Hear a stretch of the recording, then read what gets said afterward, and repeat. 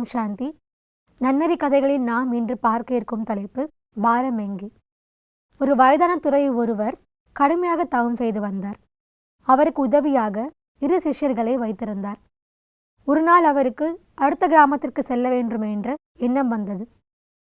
உடனே இந்த 2 சிஷ்யர்களையும் அழைத்து கொண்டு கிராமத்திற்கு புறப்பட்டார். அந்த கிராமத்திலிருந்து அடுத்த கிராமத்திற்கு செல்வதற்கு இடையே ஒரு நதி இருந்தது. அந்த நதியை கடந்தால்தான் அந்த கிராமத்திற்கு செல்ல முடியும். ஆனால் அந்த நதியின் ஆழம் மிக குறைவாக இருந்தது. நதியை கடக்க ஆரம்பிக்கும் பொழுது அந்த இடத்தில் ஒரு இளம்பெண்ணை இந்த துறவி பார்த்தார். அந்த இளம்பெண் மிக வருத்தமாக அமர்ந்திருந்தார். துறவி சென்று அந்த இளம்பெண்ணிடம் விசாரித்தார். அதற்கு அந்த இளம்பெண், என் காலில் காயம் உள்ளது, இந்த காயத்துடன் நான் நதியில் நடந்தால் வலி இன்னும் அதிகமாகிவிடும், என்ன செய்வது என்று தெரியாமல் அமர்ந்திருக்கிறேன் என்று வருத்தமாக கூறினார்.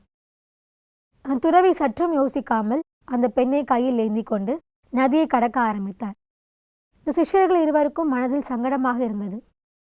துறவி பிரம்மச்சரியம் கடைபிடிக்கக்கூடியவர், பெண்ணை கையில் ஏந்தி கொண்டு செல்கிறார் என்று யோசித்தனர். ஆனால் துறவியிடம் எதுவுமே கேட்கவில்லை. அமைதியாக சென்றனர். நதியை கடந்த பிறகு துறவி அந்த பெண்ணை கீழே இறக்கிவிட்டார். அந்த பெண்ணும் துறவிக்கு நன்றி கூறிவிட்டு சென்று விட்டார். ஆனால் இந்த சிஷ்யர்களுக்கு ஒரே யோசனையாக இருந்தது, எப்படி துறவியிடம் கேட்பது என்று. அமைதியாக சென்றனர். சிறு தூரம் சென்ற பிறகு ஒரு இடத்தில் ஓய்விற்காக அமர்ந்தனர். அந்த இடத்தில் அமரும்பொழுது சிஷ்யருக்கு தோன்றியது, இதான் சரியான சமயம், நாம் கேட்போம் என்று.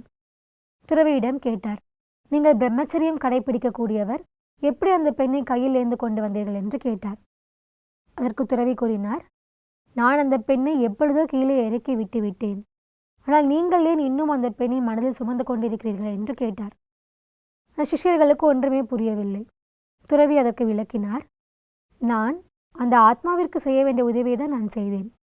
நீங்கள் சரீரத்தை பார்த்ததால் பெண் என்ற எண்ணம் தோன்றி உங்கள் மனது பாரமாக இருக்கிறது. ஒரு ஆத்மாவிற்கு செய்ய வேண்டிய உதவியை செய்ய வேண்டும் என்று கூறினார்.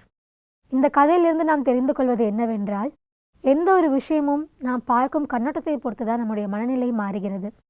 எனவே எந்த விஷயத்தை பார்க்கும் பொழுதும் நம்முடைய கண்ணோட்டம் சுத்தமாக இருக்க வேண்டும், நம்முடைய சிந்தனை நேர்மறையானதாக இருக்க வேண்டும். நன்றி, வணக்கம், ஓம் சாந்தி.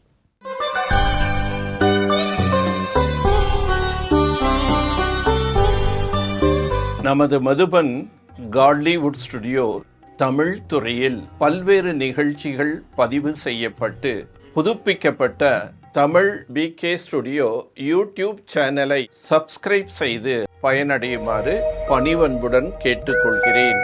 ஓம் சாந்தி.